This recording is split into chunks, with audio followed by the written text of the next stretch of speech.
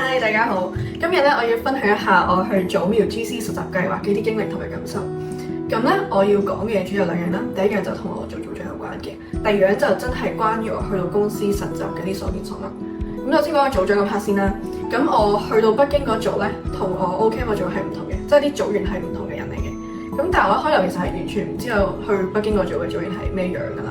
咁但係我第一日去到機場就要派名牌啊，帶佢哋出境搭飛機啦。咁所以我真係好驚嘅嗰陣。即係 apart from 係因為唔識任何組員而驚之外，仲要就係我驚我自己即係盡唔到我做組長嘅責任，然後做得好差咁樣。咁但係 end up 話都冇呢回事發生嘅，因為我自己本身都係一個外向嘅人啦。咁其實我一去到就好努力咁了解啲組員，然後啲組員都好 nice 好 friendly 嘅。咁所以大家都好快熟咗咁樣，所以都話冇呢個問題嘅。咁跟住去到即係再晏啲咧，即係真係去到北京啦。咁但係就發現咗另一個問題啦，咁就係因為另一個組長佢唔係真係咁識廣東話，即係佢可能會聽唔明廣東話咁樣啦。咁但係有時活動幹事啊、主席啊俾啲 instruction 我哋嗰陣時，就未必話真係有埋普通話 version 嘅，就可能真係純廣東話嘅啫。咁但係呢個時候我會 expect 個組即係第二個組長都明白啲 instruction，就同我一齊去推動呢件事。但我就 miss 咗話我要 translate 俾佢先呢一個 step 咯。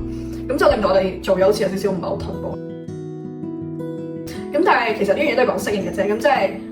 大家對住嘅時間耐咗，然後大家了解咗對方，咁就會溝通多咗啦。咁就其實最尾都冇呢件事啦，即係最尾大家都越嚟越熟咁樣啦。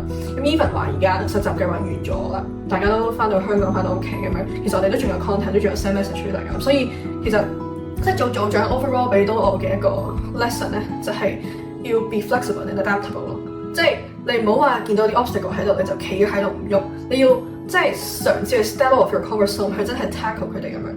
咁 which 我覺得我最尾做組長其實做得都唔錯嘅，係啦。咁跟住第二樣嘢想分享嘅就係關於我真係去到公司實習啦。咁其實我會覺得係真係大開眼界嘅。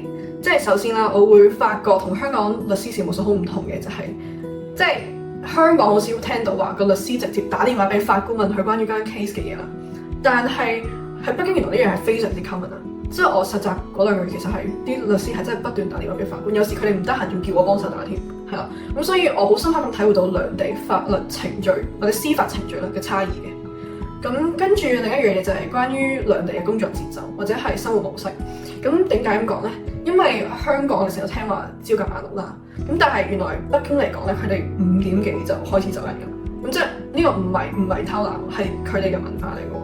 咁即係一開始都唔係好習慣咯，即係我試過可能坐耐啲，坐到6點幾咁，跟住個同事就問我：咦，點解你仲唔走嘅咁樣咯？係咁，但係 OT 例外啦嚇，OT 就都可以 OT 到好晏嘅。咁跟住仲有一樣嘢想分享就係關於食堂啦，即係我哋律所自己就冇食堂嘅，但係我哋會去國貿商城個食堂啦。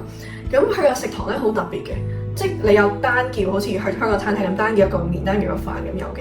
咁但係我想 focus on 嘅就係佢有一種方法，即係一種買飯方法，就係好似你食好飛咁樣，即係你去到啦，筆你想要嘅嘢啦，然後最尾佢再稱你筆咗幾重，去計你要俾幾多錢咯。咁呢樣嘢我唔知香港有冇啦，at least 我喺香港係冇見過嘅。